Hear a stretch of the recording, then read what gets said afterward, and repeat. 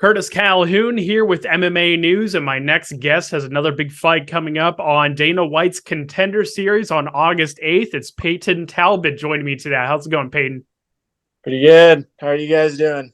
I'm doing great. Thanks again for the time. Happy Friday as well. First things first, man, I just want to get your initial reaction to getting that call that you were invited to Contender series. What was your initial reaction? How pumped are you to get back in there and showcase your skills? It was pretty surreal at first. It was really cool to feel like all my hard work is paid off. So it was very exciting to get the call, but I'm just excited to show the whole world my skills, and I just feel like it's kind of the same job that's just being put on a higher pedestal. So that part is just exciting to me.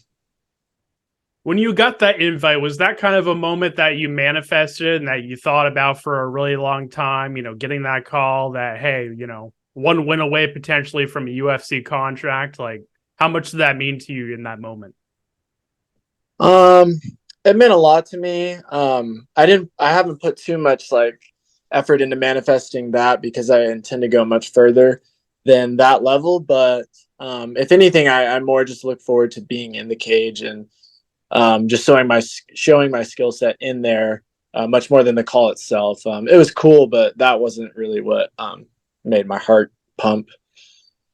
Do you feel like a Contender series and the format and what they're looking for fits perfectly with your style? Because obviously, you're 5-0, 5 finishes, 5 knockouts. I want to get your thoughts on that. Like, do you feel like that gives you an advantage entering Contender series, that your style, is always looking for the finish and always looking for that highlight? Yeah, I think my style fits the UFC perfectly in that sense because I don't think I've ever fought and for a moment during the fight thought, I might not finish this guy. I've always intended to not leave the decision to the judges, and I've always, not that I ever try to be, but I always have interesting fights because I just think that that's my personality. I'm a performer, and that's what I think the UFC looks for, not just fighters, but performers and personalities. So. Do you feel like more fighters need to take pride in, being that entertainer? Because obviously, you're always looking for the win, right? But I feel like to get to that next level of stardom and make your way up the ladder, you have to take pride in being an entertainer. What are your thoughts on that? Yeah, I think it's not really for my place to say, but for me personally, I think that you should enjoy the process of fighting. And I think a lot of people get in the cage and it's more of just an adrenaline dump and they're just fighting out of fear, and they fear losing so much that their skill set doesn't really shine. And maybe for a lot of people, they don't have finished capability. A lot of people are just wrestlers or grapplers, which is okay, but um, I think more people should just take a second, slow things down in the cage, fighters specifically, and just really enjoy themselves because we're all here because we enjoy doing it, I would hope. So. No doubt about it, man. I want to get your thoughts. Like, obviously, you're 5-0 in your professional career. I want to get your thoughts. Like, what are some of the biggest improvements that you feel like you've made from the start of your career to now? Like, how much more confident do you feel like in your overall skill set when you get in the cage? I think my biggest improvement has just been being myself in the cage. I think a lot in my first couple of amateur fights, I'm not very proud of a lot of my performances. I always finished, but I think in one fight, I wrestled the whole fight, and that is just not me. If you've seen me fight, that probably sounds weird to you, but again, it's just fighting from that place of fear and adrenaline and just blacking out and just, doing whatever you can in the moment. But I think, some other things are just head movement. I still have a long way to go, but I used to not move my head as much, and I used to kind of keep my chin super high. And then just my volume, I just throw a lot of strikes now, which is cool, and I gauge distance really well. You talked about fear. Do you feel like you've kind of embraced that element of fighting and all that? And do you feel like that's kind of worked to your advantage?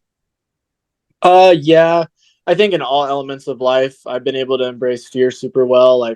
Just in terms of my hobbies, I really enjoy doing stuff like cliff jumping. I used to have a motorcycle I would go pretty crazy on, and just like some adrenaline junkie type hobbies that I think have allowed me to just like be okay with fearing something and that being scared and just doing something scared, and just still doing it. Do you feel like doing those adrenaline activities that kind of gives you an advantage because you're almost comfortable with chaos, if that makes sense? Yeah, maybe a little bit. I think it's just personality. Like either way, you can do something scared or you can do something not scared. Both of the people are still doing the activity. The only person that knows they're scared is the person themselves. So I don't think it makes too much of a difference, but I think it's done wonders in terms of being able to really enjoy myself during a fight and slow things down and not be super hyperactive. So How'd you first get into MMA, like in combat sports in general? Like, was this always a passion of yours, or when was kind of the moment that, you decide, hey, I want to make this a career path, um that's funny because even when I was an amateur, I wasn't really set on making this my career path. I was just doing it because I really enjoyed it. But I think after my fight with Hector, that was a big pivotal moment in my career because before that fight, I had just graduated college and I had intended to go to firefighting school and get all my certifications to go do that. And, to kind of just fight on the side for free or just in my free time. And after I won that fight and saw how much social engagement I got, and people were telling me like Hector's legit, like you just beat like a legit guy, and right before that you beat Billy Brand, who's also extremely legit, and even my debut guy. So once I started hearing stuff like that, I was like, maybe I can, kind of do this more for a career and kind of make money with it, and then go and do firefighting and all the other things in life that I want to do later on once I'm done. So, could you see yourself doing firefighting like on a volunteer basis? Because that's what Stipe Miocic does in the UFC. Well, actually, no, he's full time now, but he used to be volunteer. Like, do you kind of see yourself potentially doing that as like on a volunteer basis to go with your fighting career? Yeah, I think I could do some volunteer time. Either way, whatever I do, I'm going to fill my time with something. So whether it's, volunteer work for firefighting or, a part-time job, like right now I work in a coffee shop or teaching MMA classes. Like I'm the type of person that just like, I always fill my time with something.